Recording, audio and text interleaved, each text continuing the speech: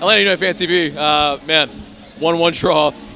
It's of course, I can hear people they're just not happy with our home form. It's not been good the last 2 months. Sure. What did we do today that we should have done better? So I definitely thought they were better in the second half, for sure. First half, you knew what Portland would come in here and do. They sat back. They conceded possession. The first half, Atlanta had 72% possession. I would say the main criticism, probably the play wasn't quick enough.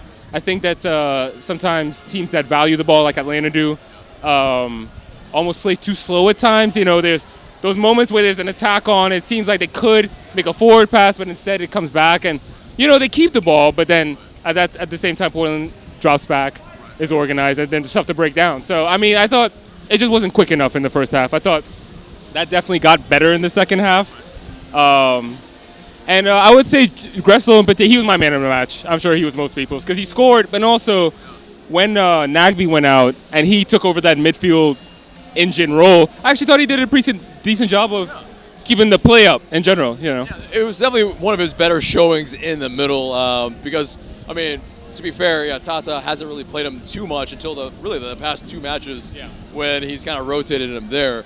Now, obviously, the play got better after the goal happened, and when Tito came on, I think there were just way more chances. Yeah, absolutely, and I definitely think that has something to do with that as well, especially with team sitting deep. I think sometimes that extra, more direct dribbler type player helps. So I thought Tito definitely had an impact on the match.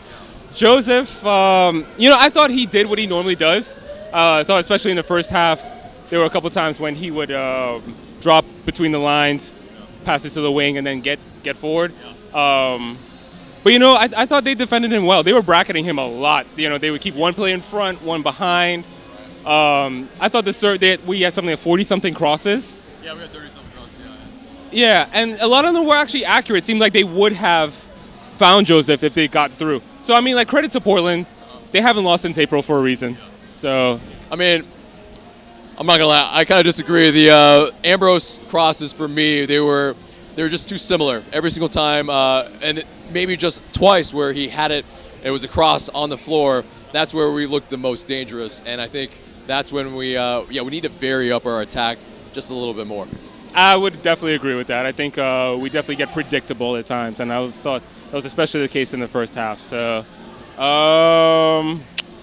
but other than that, that's basically my summary of what happened. Yeah, I think it's also when we have these type of games against a team that's very well drilled, they know how they want to play at home or away.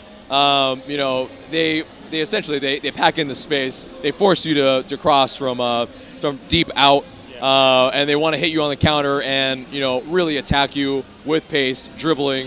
With a couple players, really all they need is a Blanco, a Valeri, and and a Montero, and they're in. Yeah, exactly, and that first half was theirs. They got the goal. Like I said, they only had a fourth of the ball. So but used to that. I think maybe should we force teams to possess more when they're not comfortable? It seems like they're not. And that's the thing, I think sometimes when you see that 72% possession, and then I will call other teams, like Liverpool, I think is a good example of this.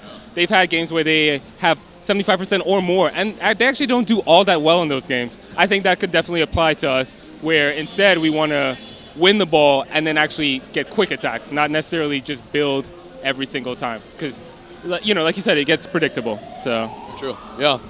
Orlando City, Saturday. Do you think they're going to come out and try to play us, or with all the coaching turmoil, with all the they're deep in the standings now, are they going to try to actually come out and play, or are they going to sit back? 8 straight losses right now, I think. 7 straight. Yeah, last 2 to Montreal, not good. So,